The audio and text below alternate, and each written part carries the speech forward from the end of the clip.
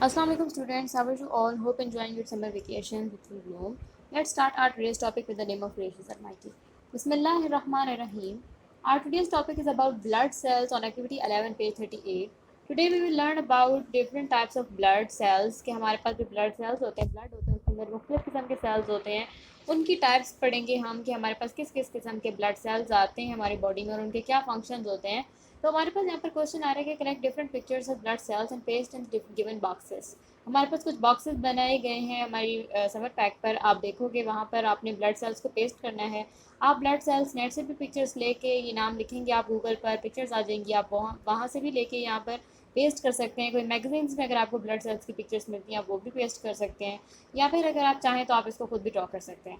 तो यहाँ पर हमारे पास जो क्वेश्चन आ रहा है कि collect different pictures of blood cells and paste in the given boxes. आप ब्लड सेल्स की पिक्चर्स को इन बॉक्सेस में पेस्ट करेंगे। ऑल्सो एक्सप्लेन द फंक्शन, तो साथ में जो स्पेस गिवन है वहाँ पर आप इनके फंक्शंस को मेंशन करोगे।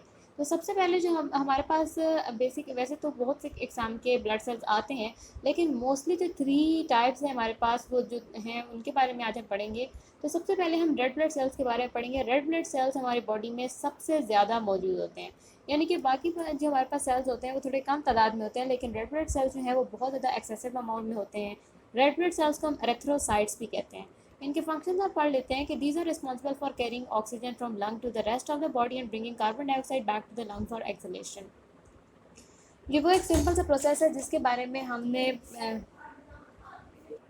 काफ़ी मरतबा पढ़ा है कि जो हमारे पास नॉर्मल ब्लड सेल्स का प्रोसेस होता है जिसमें हमारे पास आते हैं कि जो एक प्रोसेस होता है हमारे पास रेड ब्लड सेल्स का या कोई किसी भी ब्लड सेल्स का, कि ऑक्सीजन को वो कैरी करते हैं हार्ट से फ्रॉम लंग्स टू, ऑक्सीजन को कैरी करते हैं लंग से to the rest of the body, यानी कि लंग से जो ऑक्सीजन हम इनहेल करते हैं उसको बॉडी के मुख्तलिफ पार्ट्स तक जो है ये रेड ब्लड सेल्स कैरी करके लेके जाते हैं। और जो हमारे मुख्तलिफ बॉडी पार्ट्स में जो कार्बन डाइऑक्साइड जमा हुई होती है उसको लेके ये वापस लंग्स की तरफ आते हैं एक्सलेशन के लिए, यानी कि जो ऑक्सीजन को पहुँचाने का काम करते हैं रेड ब्लड सेल्स ही करते हैं। यहाँ पर हम देखते हैं कि रेड ब्लड सेल्स को यानी कि एरिथ्रोसाइट्स का जो हमारे पास सबसे इंपॉर्टेंट वर्क आ रहा है वो यही है कि these are responsible for carrying oxygen from lungs to the rest of the body, के लंग से लेकर दूसरी बॉडीज तक ऑक्सीजन को पहुंचाते हैं, bringing carbon dioxide back to the lungs for exhalation. और एक्सलेशन के लिए यानी कि कार्बन डाइऑक्साइड को बाहर निकालने के लिए, सांस खारिज करने के लिए कार्बन डाइऑक्साइड को मुख्तलिफ बॉडी पार्ट से लेकर वापस लंग्स की तरफ आते हैं। ये मेन फंक्शन है रेड ब्लड सेल्स का। तो इसी के साथ हम चलते हैं अपने अगले टॉपिक की तरफ। अपना हमारा जो अगला पार्ट है इस क्वेश्चन का वो है वाइट ब्लड सेल्स यानी कि ल्यूकोसाइट्स। वाइट ब्लड सेल्स भी हमारे पास एक और किस्म है। ये रेड ब्लड सेल्स की निस्बत काफ़ी कम अमाउंट में होते हैं लेकिन इनका भी हमारी बॉडी में बहुत इंपॉर्टेंट फंक्शन है। अगर ये वाले बॉडी सेल्स, ब्लड सेल्स जो हैं, वाइट ब्लड सेल्स हमारी बॉडी में ना हो तो काफ़ी सारे डिजीज़ कॉज हो जाते हैं। ल्यूकोसाइट्स कहते हैं वाइट ब्लड सेल्स को। इनका जो इंपॉर्टेंट फंक्शन है वो देखते हैं कि they are part of immune system and are involve in protecting the body against infection and foreign invaders. White blood cells का क्या होता है काम, के वो अब हमारा जो इम्यून सिस्टम होता है उसमें ये एक बहुत ज़्यादा अहम पार्ट अपना प्ले करते हैं। और क्या करते हैं कि हमारे बॉडी को मुख्तलिफ इन्फेक्शन से बचाते हैं, यानी कि कभी हमें कोई बीमारी लगनी होती है तो उससे हमें बहुत ज़्यादा प्रोटेक्ट करते हैं। यानी कि कभी कभी ऐसा होता है कि हम बीमार पड़ने लगते हैं, हमें कोई प्रॉब्लम आती है, हमें कोई फीवर वगैरह होने लगता है, लेकिन हम बग़ैर किसी मेडिसिन के ठीक भी हो जाते हैं। तो वो ऐसा क्यों होता है? क्योंकि हमारी बॉडी के अंदर वाइट ब्लड सेल्स मौजूद होते हैं, ल्यूकोसाइड, यानी कि हमारे पास एक इम्यून सिस्टम हमारा इतना डिवेल्प्ड होता है, हमारे पास इतने वाइट ब्लड सेल्स होते हैं कि अगर हमें कोई बीमारी लग भी जाती है तो हम बग़ैर किसी मेडिसिन के ठीक हो सकते हैं। कभी कभी हमारे पास बीमारी जो है वो इतनी ज़्यादा बढ़ जाती है कि हमारे वाइट ब्लड सेल्स ख़त्म हो जाते हैं बिल्कुल, तब हमें ज़रूरत पड़ती है कि हम मेडिसिन लें।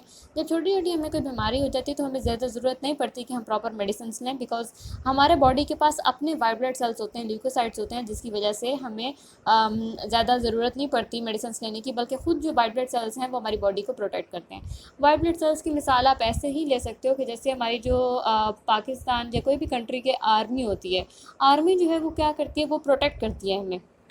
यानी कि अंदर जितने भी हम लोग होते हैं, हम जितने भी हमारे बिज़नेस होते हैं, जितने भी हमारे काम हो रहे होते हैं, जितने भी हम आवाम लोग होते हैं, हम लोगों को आर्मी जो है वो प्रोटेक्ट करती है। अगर कोई बाहर से हम पर हमला भी हो करता है तो आर्मी जो है वो हमें प्रोटेक्ट करती है, हमें उस वक्त तक बचाती है जब तक हमारे पास कोई एक भी आर्मी का बंदा मौजूद हो। तो बाहर के लोगों से हमें बचाया जाता है अगर कोई फॉरेनर हम पर हमला करे।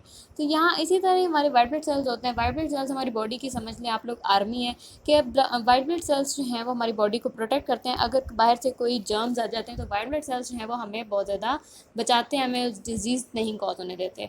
फिर नेक्स्ट में हम पढ़ते हैं अपना लास्ट जो हम लिखेंगे वाइट सेल्स के बारे में, ब्लड सेल्स के बारे में, ये आता है प्लेटलेट्स। प्लेटलेट्स या थ्रोम्बोसाइट्स भी हमारे पास एक बहुत ही इंपॉर्टेंट ब्लड सेल्स हैं। ये भी काफ़ी कम अमाउंट में होते हैं लेकिन इनका हमारी बॉडी में होना बहुत इंपॉर्टेंट है। इसके फंक्शन हम पढ़ते हैं कि they are involve in blood clotting, यानी कि खून के जो जमना होता है ना, जब हम पर कोई कट लगता है, कोई चोट लगती है तो हमारी ब्लीडिंग स्टार्ट होती है। लेकिन थोड़ी देर बाद अगर हम देखते हैं तो हमारी वो ब्लीडिंग रुक जाती है, वहाँ पर एक क्लॉटिंग सी होने लगती है, खून जो है वो जमना शुरू हो जाता है और फिर हम पर मज़ीद खून नहीं निकलता।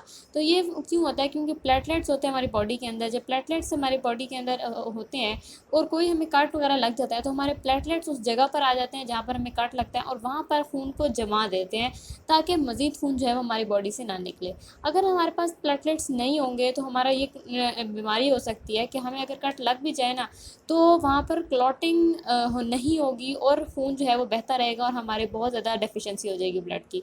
तो प्लेटलेट्स हमें बहुत ज़्यादा खून के एक्सेसिव लॉस से बचाते हैं। फिर आते हैं हमारे पास कि they gather at site of blood vessels, injury clamp together and form a plug to help stop bleeding.